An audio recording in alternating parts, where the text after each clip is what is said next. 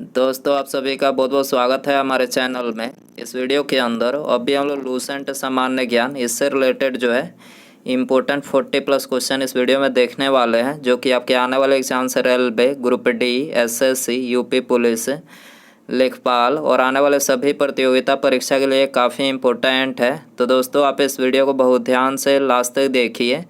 Channel पर नया है तो चैनल को सब्सक्राइब कर बेल आइकन यानी जो घंटे का निशान है उसे ज़रूर से ऑन कर दें। और ये टोटल जो है 40+ क्वेश्चन है। आप इनमें से कितने क्वेश्चन सही कर पाते हैं अपना स्कोर कमेंट बॉक्स में ज़रूर बताएं।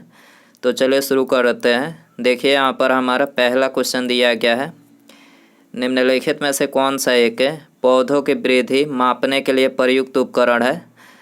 तो पौधों की वृद्धि दर किसके द्वारा मापा जाता है? तो ये मापा जाता है क्रेस्कोग्राफ के द्वारा। आपको याद रखना है पौधों की वृद्धि दर किसके द्वारा मापा जाता है? क्रेस्कोग्राफ के द्वारा। करेक्ट आंसर ऑप्शन बी हो जाएगा। क्रेस्कोग्राफ की बात करें तो देखिए क्रेस्कोग्राफ का निर्माण जो है सबसे पहले किसने किया था? जेसी बोस ने। ठीक है, क्रेस्कोग्राफ का निर्माण सबसे पहले किसने किया था?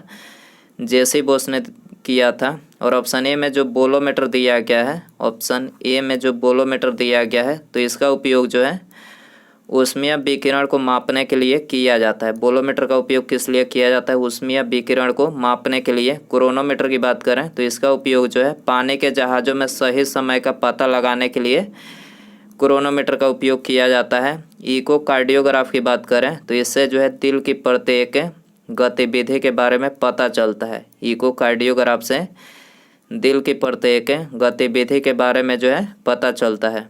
क्वेश्चन नंबर 2 है, अपवर्तित प्रकाश के माध्यम की क्षमता को इसके संदर्भ में व्यक्त किया जाता है। अपवर्तित प्रकाश के माध्यम की क्षमता को जो है किस में व्यक्त किया जाता है?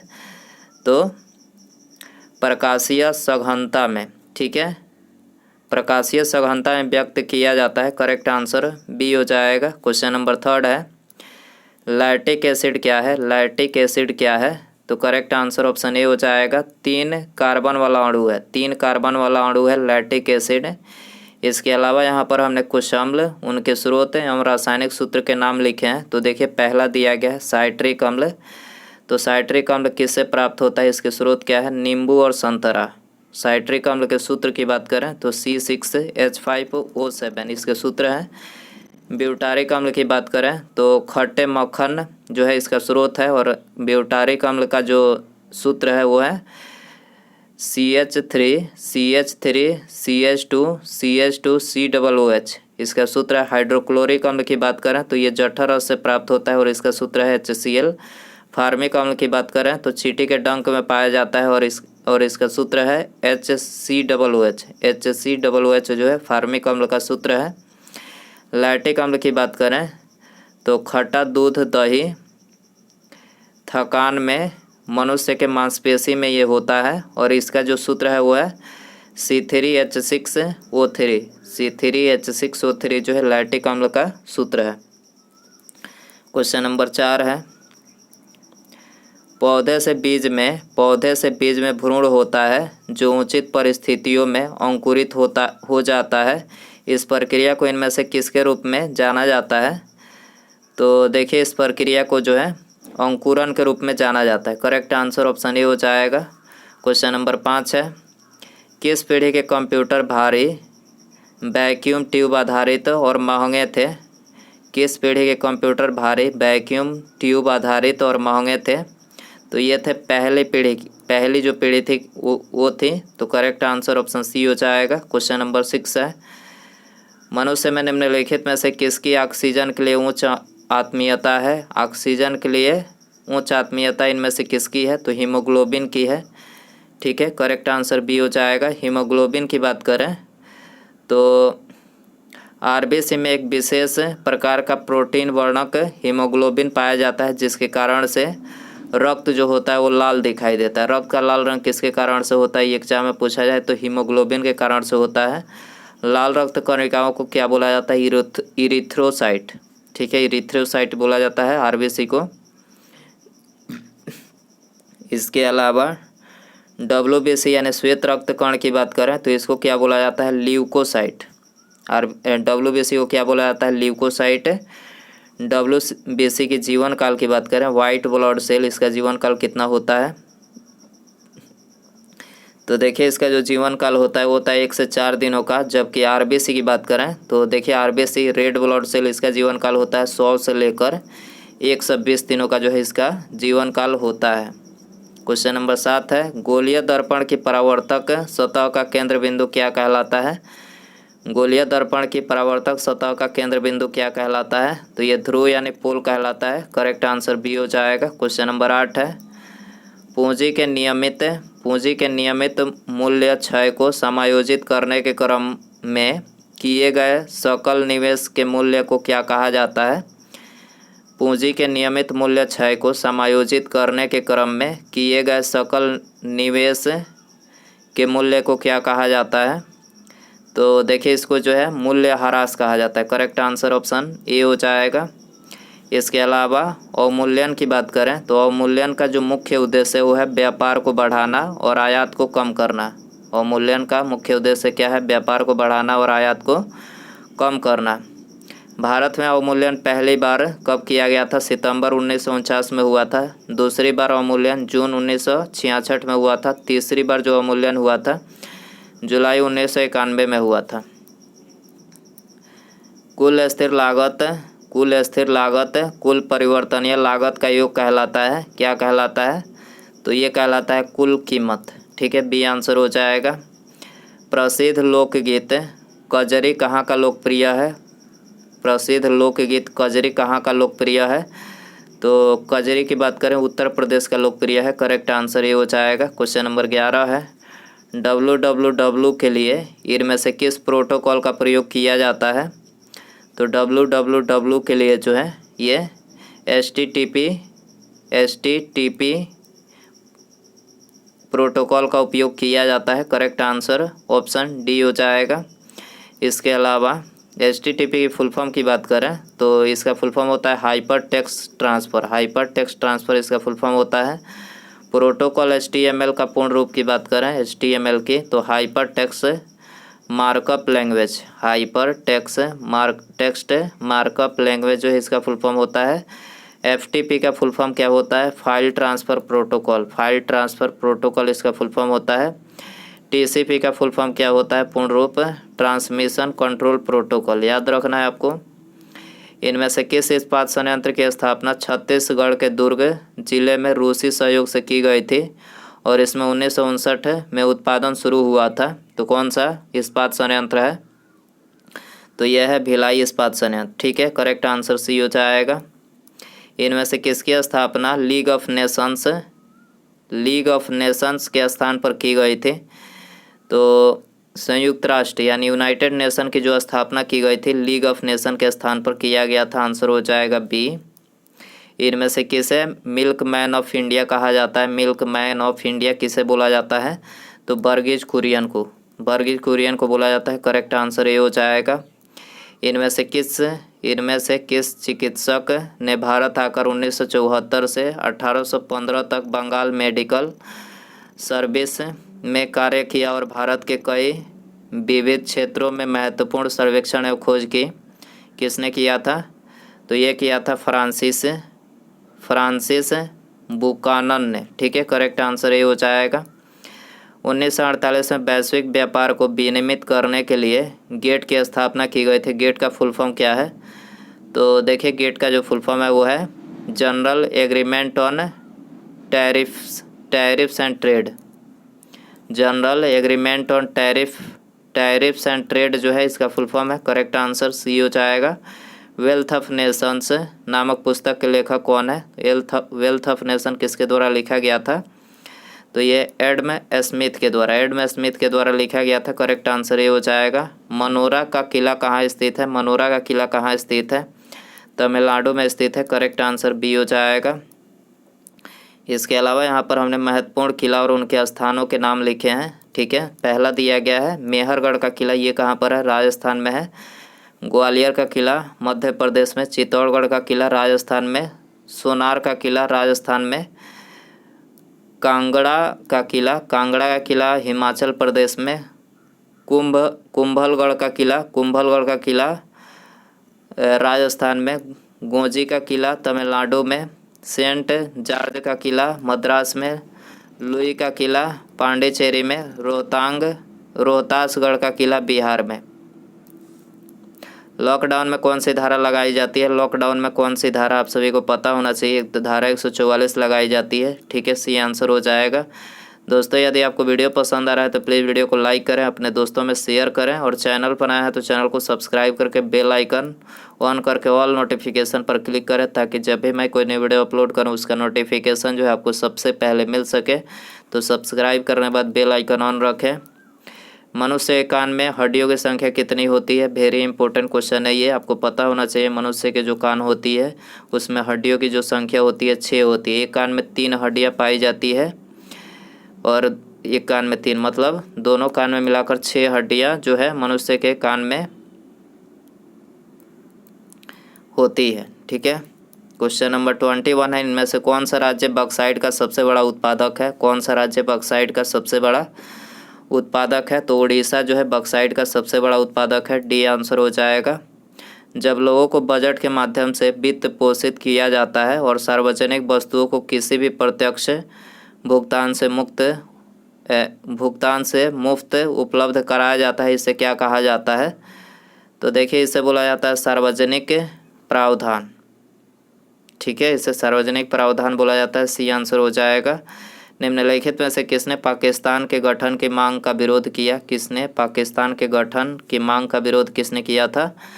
तो ये खान अब्दुल गफ्फार खान ने किया था। सी आंसर हो जाएगा। निम्नलिखित में से कौन भारत में सबसे नवीनतम नाभिकीय ऊर्जा संयंत्र है? भारत में सबसे नवीनतम नाभिकीय ऊर्जा संयंत्र कौन सा है? तो ये है कुंडनकुलम है। बी आंसर हो जाएगा। कुंडनकुलम नाभिकीय संयंत्र कहाँ स्थित है? तमिलनाडु में स्थित है। इसके अलावा तारापुर की बात करें, तारापुर नाभिकीय रिएक्टर कहाँ है? महाराष्ट्र में है। नरौरा नाभिकीय रिएक्टर कहाँ है? उत्तर प्रदेश में है। प्रसिद्ध उपन्यास अनटचेबल किसके द्वारा लिखा गया था? अनटचेबल किसके द्वारा लिखा गया था? तो ये मुल्क राज आनंद के द्वारा लिखा गया था। बी आंसर हो जाएगा। इनमें से किस रेशेदार फसल का प्रयोग मोटे कपड़े, बैग, थैले होगा और सजावटी सामान बनाने के लिए किया जाता है? किसका उपयोग किया जाता है? जूट का। ठीक है, तो ऑप्शन सी यहाँ पर करेक्ट हो जाएगा। जूट की बात करें तो जूट के प्रमुख उत्पादक राज्य हैं पश्चिम बंगाल, बिहार और असम। जूट का उत्पादन सबसे अधिक इन्हीं राज्यों में होते हैं, पश्चिम बंगाल, बिहार, असम, ये प्रमुख उत्पादक राज्य हैं। भारत के संविधान का कौन सा अनुच्छेद राज्यपाल की नियुक्ति से संबंधित है? राज्यपाल की नियुक्ति कौन से अनुच्छेद के अंतर्गत किया जाता है? अनुच्छेद 155 के अंतर्गत। डी आंसर हो जाएगा। इसके अलावा अनुच्छेद 153 की बात करें तो इसके अनुसार जो है एक या एक से अधिक राज्यों का एक राज्यपाल हो सकता है। ठीक है, अनुच्छेद 153 में क्या लिखा बताया गया है कि एक या एक से अधिक राज्यों का एक राज्यपाल हो सकता है। अनुच्छेद 154 की बात करें तो इसमें जो है राज्य की कार्यपालिका शक्ति राज्यपाल में निहित है। भारतीय संविधान के अनुच्छेद 155 के अनुसार राज्यपाल का कार्यकाल राष्ट्रपति के प्रसाद पर्यंत अपने पद पर रहते हैं। सामान्यतः राज्यपाल की नियुक्ति 5 साल के लिए किया जाता है। अनुच्छेद 157 में क्या बोला गया है? राज्यपाल बनने की योग्यताएं जो है इसमें दी गई है। राज्यपाल बनने की योग्यताएं 157 में 159 की बात करें तो इसके तहत राज्य के उच्च न्यायालय के मुख्य न्यायाधीश राज्यपाल को शपथ दिलाते हैं। 159 में के तहत राज्य के उच्च न्यायालय जो हैं ये मुख्य न्यायाधीश, राज्य के उच्च न्यायालय के जो मुख्य न्यायाधीश है वो राज्यपाल को शपथ दिलाते हैं। किस अनुच्छेद में है? अनुच्छेद 159 में है। एमनेस्टी इंटरनेशनल नामक संगठन इनमें से किसकी सुरक्षा पर केंद्रित है? तो मानवाधिकार की सुरक्षा पर केंद्रित है एमनेस्टी इंटरनेशनल। ठीक है, तो आंसर हो जाएगा ऑप्शन बी। क्वेश्चन नंबर 29 है। इसके अलावा एमनेस्टी इंटरनेशनल का मुख्यालय पूछा जाए कहाँ पर है? लंदन में है। एमनेस्टी इंटरनेशनल की स्थापना कब की गई थी? 1961 में किया गया था। राष्ट्रमंडल खेल का मुख्यालय पूछा जाए तो लंदन में है। यूनिसेफ का मुख्यालय न्यूयॉर्क में है। कौन सा आंदोलन शांतिपूर्ण होने के लिए पर्याप्त नकारात्मक था लेकिन प्रभावी होने के लिए पर्याप्त सकारात्मक? कौन सा आंदोलन कौन सा आंदोलन है? तो ये है असहयोग आंदोलन। ठीक है, तो आंसर हो जाएगा सी। 1793 में अस्थाई बंदोबस्त लागू होने के समय बंगाल का गवर्नर जनरल कौन था? तो उस टाइम पे जो बंगाल का गवर्नर जनरल था वो था लॉर्ड कॉर्नवालिस। ठीक है, करेक्ट आंसर सी हो जाएगा। जय जवान जय किसान का प्रसिद्ध नारा किसने दिया था? जय जवान जय किसान का प्रसिद्ध नारा किसने दिया था? तो इसका नारा जो है लाल बहादुर शास्त्री ने दिया था। करेक्ट आंसर ये हो जाएगा। प्रमुख नारा और व्यक्ति यहाँ पर हमने लिखे हैं। पहला दिया गया है इनकलाब जिंदाबाद, तो इसका नारा भगत सिंह ने दिया था। वंदे मातरम बंकिम चंद्र चट्टोपाध्याय ने दिया था। जय हिंद सुभाष चंद्र बोस ने दिया था। जय जवान जय किसान और जय विज्ञान, इसका नारा जो है अटल बिहारी वाजपेयी ने दिया था। वापस वेदों की ओर स्वामी दयानंद सरस्वती ने नारा दिया था। गरीबी हटाओ का नारा इंदिरा गांधी ने दिया था। शांति संपूर्ण क्रांति जयप्रकाश नारायण ने ये नारा दिया था। तो आपको याद रखना है। भारत में सीमा सड़क संगठन यानी बॉर्डर रोड ऑर्गेनाइजेशन की स्थापना कब की गई थी? तो इसकी स्थापना मई 1960 में। याद रखना है, ऑप्शन ए यहाँ पर करेक्ट हो जाएगा। पंचशील समझौतों का प्रतिपादक कौन थे? पंचशील समझौतों का प्रतिपादक कौन थे? तो इसके प्रतिपादक थे पंडित जवाहरलाल नेहरू। ठीक है, आंसर हो जाएगा सी। महात्मा गांधी ने निम्नलिखित भारतीय राष्ट्रीय कांग्रेस अधिवेशनों में से किस एक में सर्वप्रथम भाग लिया था? महात्मा गांधी ने निम्न भारतीय राष्ट्रीय कांग्रेस अधिवेशनों में से किस एक में सर्वप्रथम भाग लिया था? तो किस में भाग लिया था? कोलकाता अधिवेशन में भाग लिया था। ठीक है, तो आंसर हो जाएगा डी। भारत की आत्मा गांव में निवास करती है। भारत की आत्मा गांव में निवास करती है, यह कथन किसका है? तो देखिए यह कथन जो है महात्मा गांधी जी का है। डी आंसर हो जाएगा। भारत सेवक समाज की स्थापना किसने की थी? भारत सेवक समाज की स्थापना किसने की थी? गोपाल कृष्ण गोखले ने किया था। ठीक है, करेक्ट आंसर बी हो जाएगा। मोती मस्जिद किस नगर में स्थित है? मोती मस्जिद किस नगर में स्थित है? आगरा में स्थित है। करेक्ट आंसर ए हो जाएगा। मोनालिसा का प्रसिद्ध पेंटिंग किसने बनाया था? मोनालिसा का प्रसिद्ध पेंटिंग किसने बनाया था? लियोनार्डो दा विंसी ने बनाया था। Leonardo da Vinci. ठीक है, आंसर हो जाएगा ऑप्शन बी। क्वेश्चन नंबर 39 है। विश्व का पहला मानव हृदय प्रत्यारोपण किसने किया था? विश्व का पहला सफल मानव हृदय प्रत्यारोपण किसने किया था? तो ये किया था क्रिश्चियन बर्नार्ड ने। ठीक है, आंसर हो जाएगा बी। काजू की खेती के लिए कौन सी मिट्टी सर्वाधिक उपयुक्त है? काजू की खेती के लिए जो है कौन सी मिट्टी जो है सर्वाधिक उपयुक्त है? तो ये है लैटराइट मिट्टी। ठीक है, लैटराइट मिट्टी। आंसर हो जाएगा टी।